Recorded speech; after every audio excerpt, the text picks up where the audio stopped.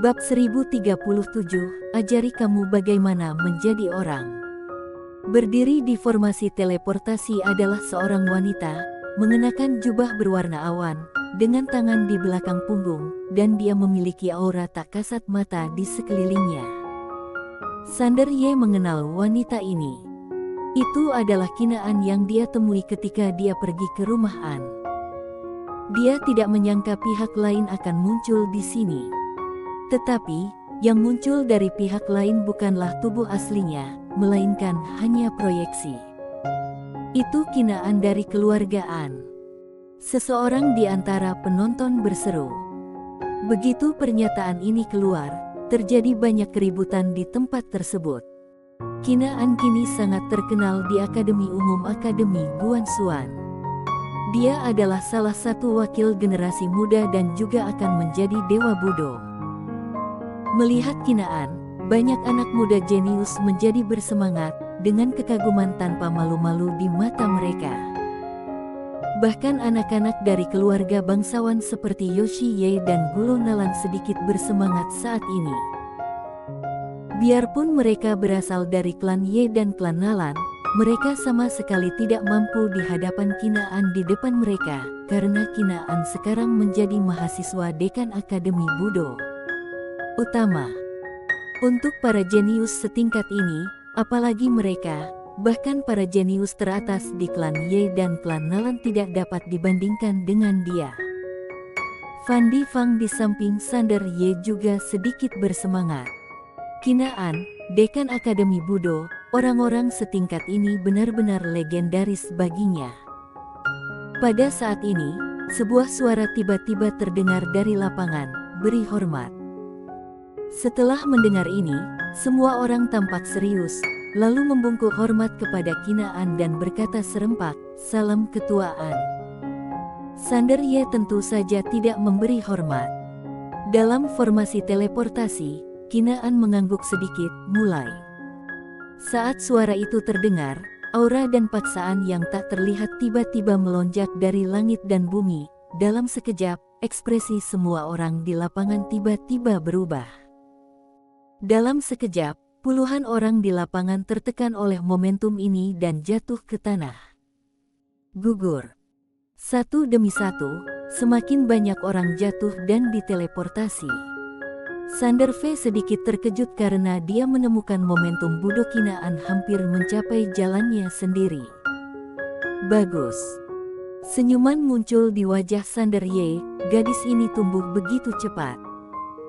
Seiring berjalannya waktu sedikit demi sedikit, momentum Budo mulai meningkat sedikit demi sedikit. Seiring dengan meningkatnya momentum Budo, semakin banyak orang yang terjatuh di lapangan. Sander Y melihat sekeliling dan menemukan bahwa para jenius dan remaja yang belum jatuh mulai sedikit kesulitan saat ini, termasuk Fan Difang di sampingnya. Tetapi hanya sepertiga dupa di depan platform batu yang dibakar.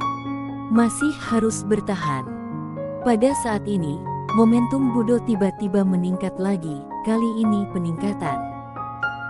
Kecepatannya agak cepat, untuk sementara banyak orang yang tidak bisa beradaptasi dan langsung turun, dan langsung diteleportasi.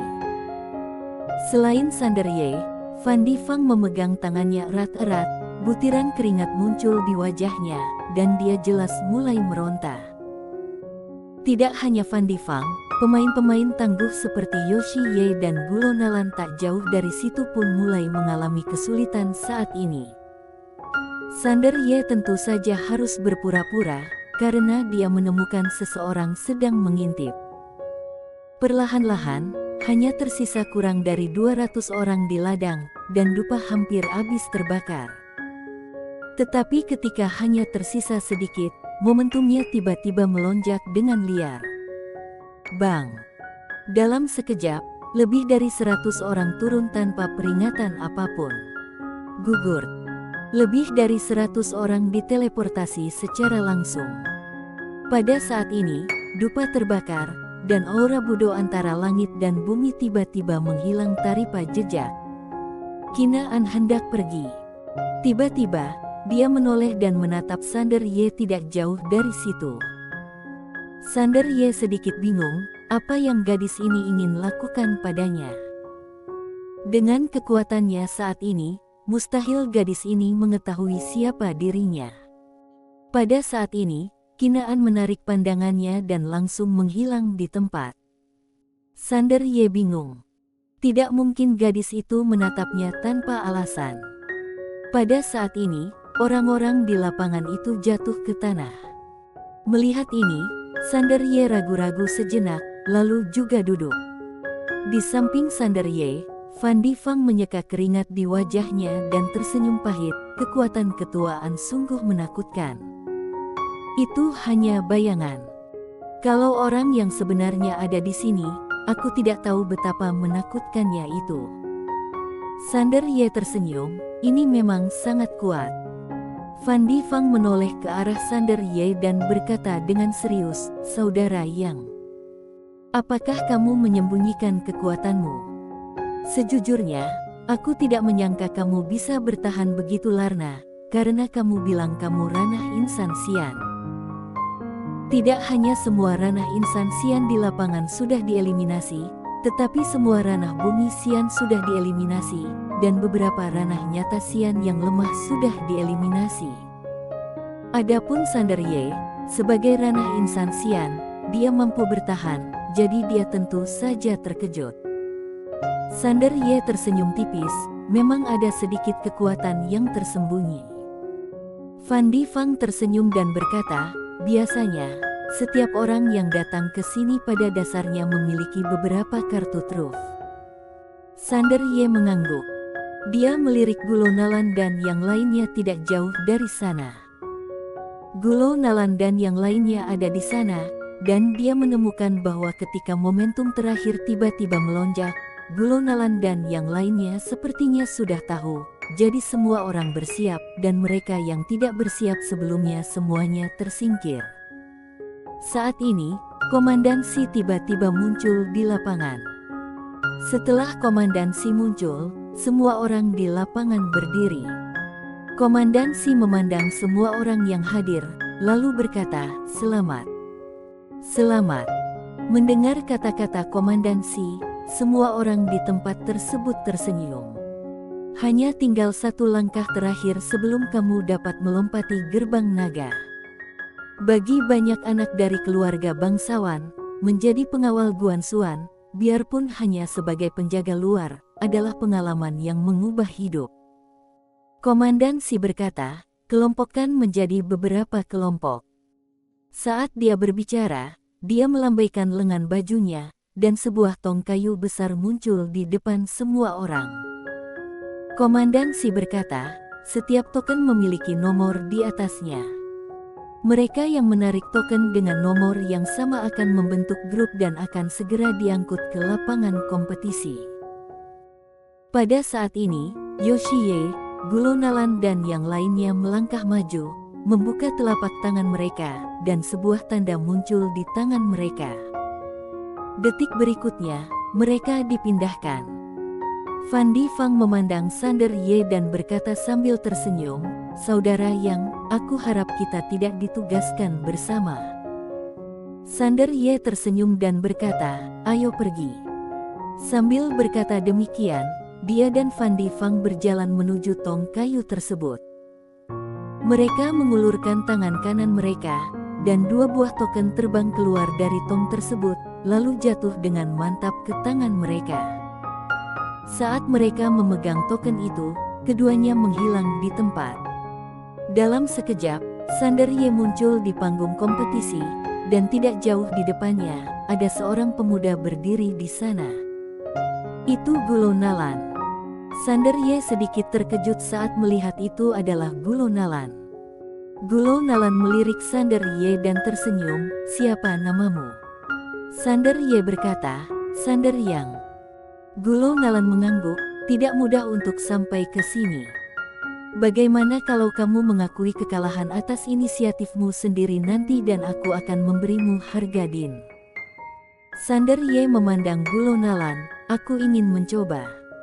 Gulo Nalan tertawa, "Bodoh." Sander Ye meliriknya dan tidak berkata apa-apa. Gulo Nalan melanjutkan, Karena kamu tidak ingin menjadi orang yang bergengsi, maka aku akan membantumu menjadi orang yang bergengsi." Saat dia mengatakan itu, dia melihat ke kanan dan berkata, "Sudah waktunya untuk memulai."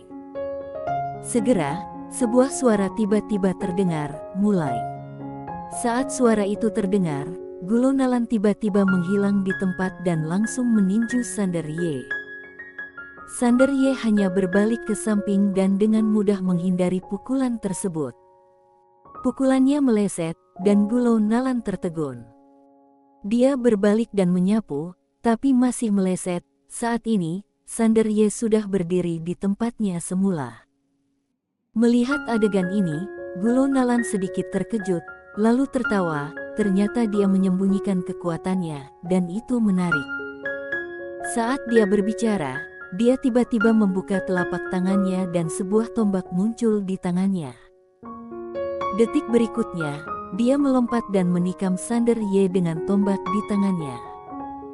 Tembakan ini keluar dengan niat yang tajam.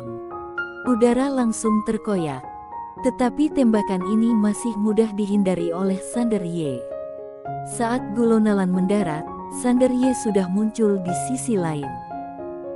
Melihat pemandangan ini, Gulonalan tiba-tiba mengerutkan kening.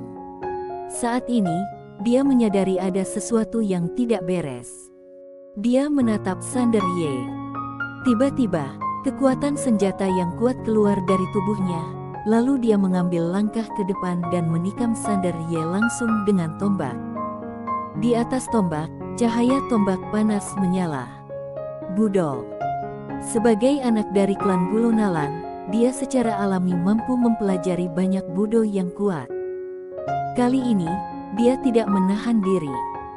Kecepatan tembakan ini sangat cepat, dan dia sudah berada di depan Sander Ye dalam sekejap mata. Jelek. Tetapi tembakan Gulonalan masih meleset dari sasaran, dan Sander Ye sudah muncul beberapa meter jauhnya. Melihat pemandangan ini, ekspresi Gulonalan tiba-tiba menjadi serius. Dia hendak mengambil tindakan lagi. Saat ini, Komandan Si tiba-tiba muncul di tempat kejadian. Gulonalan berhenti dan memandang Komandan Si, sedikit bingung. "Komandan Si." Komandan Si mengabaikan Gulonalan dan menatap Sander Ye, "Siapa namamu?" Sander Ye tersenyum dan berkata, "Sander Yang." "Keluarga Yang." Komandan Si mengerutkan kening. Setelah berpikir lama, dia tidak dapat menemukan keluarga kaya bernama Yang. Komandan Si memulihkan pikirannya dan kemudian bertanya, "Apa nama ayahmu?" Sander Ye tersenyum dan berkata, "Komandan Si, sepertinya kita sedang berkompetisi dalam budo sekarang. Bolehkah kamu menyela seperti ini?"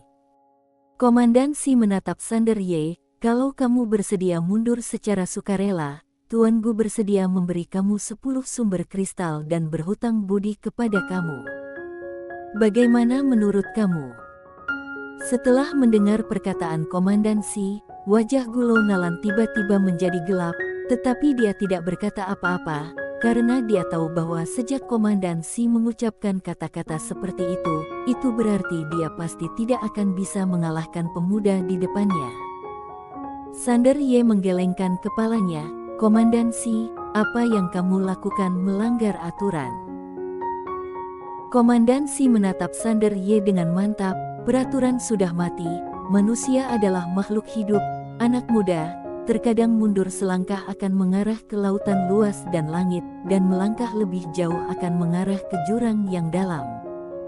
Tahukah kamu maksud aku?" Sander Ye memandang Komandan Si dan tersenyum, "Apakah kamu mengancam aku?"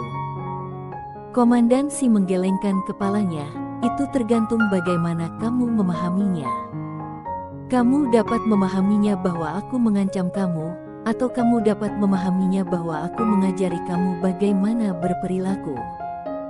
Saat dia berbicara, niat membunuh muncul di matanya. Bersambung.